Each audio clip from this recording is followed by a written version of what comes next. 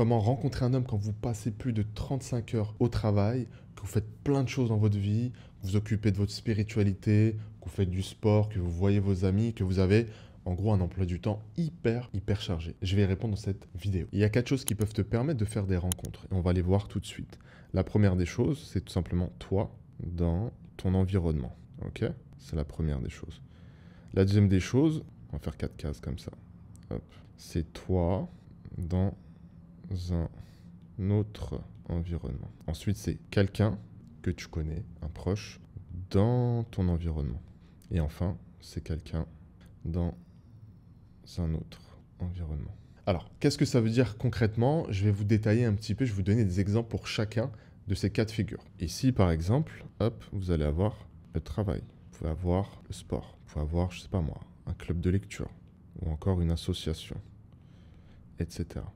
Ici, on peut avoir par exemple le fameux site de rencontre. Vous pouvez aussi avoir le voyage, déménagement. Autrement dit, c'est vraiment tout ce qui se passe en dehors de l'environnement que tu maîtrises, de tes habitudes. Ok? Ensuite ici, ça peut être une amie, une collègue ou la famille tout simplement. Donc là, c'est des gens que tu connais qui vont te permettre d'avoir des opportunités soit directement, soit indirectement. Directement, c'est par exemple, tu vas rencontrer un homme dans ton cercle d'amis. Tu t'es rendu à un mariage, un homme qui t'a repéré, ça c'est un classique. Indirectement, c'est toi qui demandes tout simplement à quelqu'un que tu connais, lui demander tout simplement si elle a des options à te présenter en fonction des 3 D que je vais te présenter un peu plus tard dans la vidéo. C'est super important, reste bien jusqu'au bout. Et enfin, ici, ça va être par exemple les agences matrimoniales. Hein. C'est ces agences qui, en sélectionnant ton profil, en te posant des questions sur ce que tu recherches, font le travail pour toi, qui, au passage, fonctionne très mal, mais bon, pour celles qui ont testé, vous le savez. Vous pouvez avoir aussi une amie lointaine ou de la famille. Ça signifie tout simplement que c'est quelqu'un qui ne vit pas dans ton environnement, que tu ne vois pas souvent, mais qui peut te créer des opportunités en dehors de cet environnement que tu maîtrises, de cet environnement que tu côtoies au quotidien. C'est-à-dire que toi, peut-être, tu as l'opportunité de te déplacer grâce à ton travail parce que tu travailles de chez toi. Eh bien, une personne peut te créer une opportunité dans une autre ville, dans une autre région, dans un autre pays. D'accord? Et il y a un concept super intéressant et super important qu'il faut bien comprendre, c'est celui-ci. Je vais vous le montrer tout de suite. On va faire un petit camembert. Donc on va le faire en rouge. Donc là, vous avez un cercle. Ok? 80% de vos opportunités de rencontre vont se faire dans votre environnement. 80%. Donc tout ça là, ça sera dans votre environnement. Et le problème, c'est que souvent, vous vous concentrez ici, c'est-à-dire en dehors de votre environnement. Finalement, c'est ce qui vous donne 80% des résultats. Et donc, c'est sur ça qu'il faut se concentrer. Et vous, en fait, vous mettez souvent l'accent sur quoi? Sur les agences matrimoniales, sur les sites de rencontres. C'est-à-dire que vous mettez de l'énergie dans ce qui fonctionne le moins, dans ce qui est le moins efficace. Et c'est pour ça qu'en tant que femme qui travaille beaucoup, en fait, vous n'utilisez pas votre environnement pour vous créer des opportunités. Et en fait, vous séparez complètement votre projet de trouver quelqu'un et ce qui se passe réellement dans votre vie de tous les jours. Et ça, je le vois sans cesse en coaching. Je vais vous raconter une petite histoire. J'ai accompagné il y a quelques mois une coachée qui est venue parce que en fait, elle avait divorcé une fois et cet homme, elle l'avait rencontré sur un site de rencontre. Et en fait, elle avait pris la fâcheuse habitude de ne pas se prendre la tête, de ne pas faire de recherche, de ne pas faire d'effort du tout et de se contenter de changer de profil, de photos de profil et de swiper, bon, je ne vais pas dire du matin au soir, mais assez fréquemment. Et elle s'est rendue compte d'une chose, c'est qu'en fait, ces rencontres n'étaient pas des rencontres de qualité. La quantité était présente, mais la qualité très peu présente. Et à partir du moment où on a revu toute sa stratégie de rencontre et on s'est concentré sur ces 80%-là, ça a été juste magique. En l'espace de 3 mois, elle a fait 3 rencontres. Il y en a eu une qui n'a pas abouti parce qu'il habitait trop loin. Il y en a eu une seconde, elle n'a pas donné suite parce que physiquement ça passait pas. Et elle est tombée sur un homme, finalement, qui correspondait à ce qu'elle recherchait. Et elle est passée directement par son cercle d'amis. Et on va voir pourquoi est-ce que c'est super intéressant de le faire. Et en parlant de ça, je vais vous montrer des statistiques qui appuient ce que je suis en train de vous dire. C'est pas juste du vent, vous allez voir. Donc là, je vais vous mettre un petit graphique ici, vous allez pouvoir le voir, moi je l'ai sous les yeux. Donc qu'est-ce qu'il dit ce graphique-là? La répartition en pourcentage des moyens de rencontre entre des époux en France. Où est-ce que les gens ont rencontré leur partenaire pour la première fois? Et si vous regardez bien, c'est l'environnement, encore une fois, qui prend le dessus.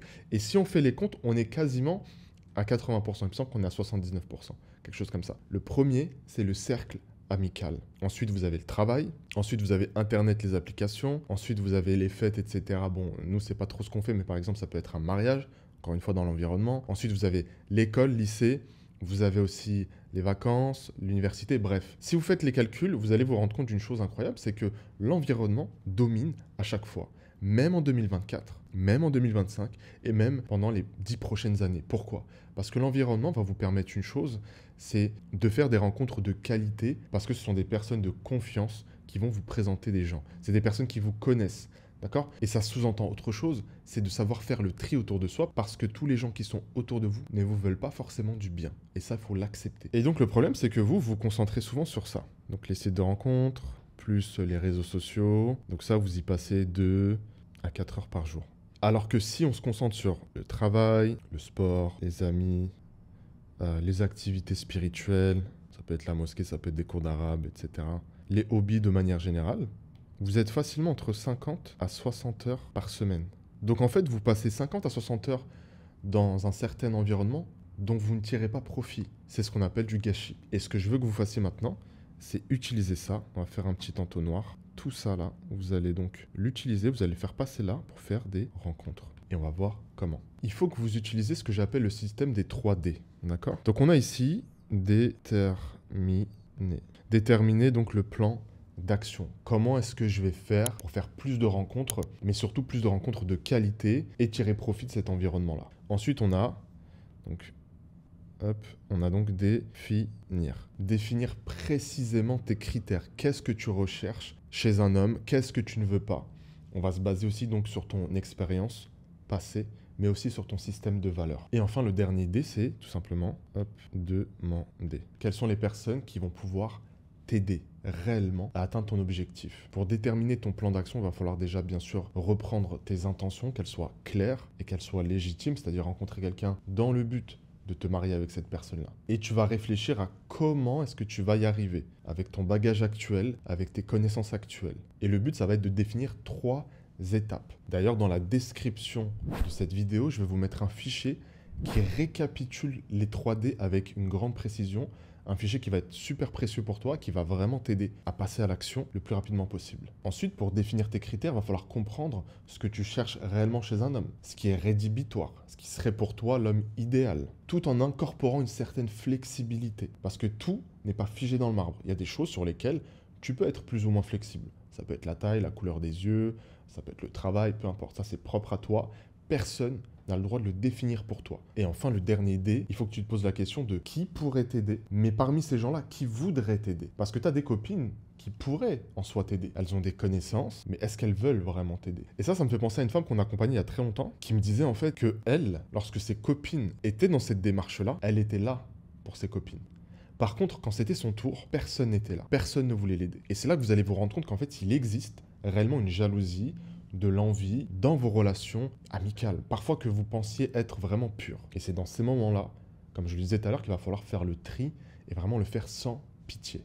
Ensuite, tu vas te questionner, est-ce qu'il y a d'autres personnes plus largement qui peuvent m'aider? Ça peut être un coach, un thérapeute, etc. Et enfin, tu vas te questionner sur les outils qui pourraient effectivement t'aider à faire des rencontres plus rapidement ou des rencontres de meilleure qualité, parce que le problème pour toi, peut-être que c'est pas les rencontres, c'est les rencontres de qualité. Et donc dans ce fichier-là que je t'ai mis en description, ça va vraiment t'aider à y voir beaucoup plus clair. Et tu vas voir qu'en fait, une stratégie de rencontre, c'est quelque chose qui se construit. Il faut qu'on arrête d'avancer à l'aveugle. Quand on prépare le permis, on s'entraîne, on révise. Quand on prépare un diplôme, on s'entraîne, on révise. À chaque fois, on a un plan d'action, on a une stratégie et on s'y tient pendant un certain temps. Et bien pour les rencontres et le mariage, c'est la même chose. Mais pour ça, je sais pas pourquoi, on s'est dit non, mais ça c'est naturel, c'est au talent, on y va.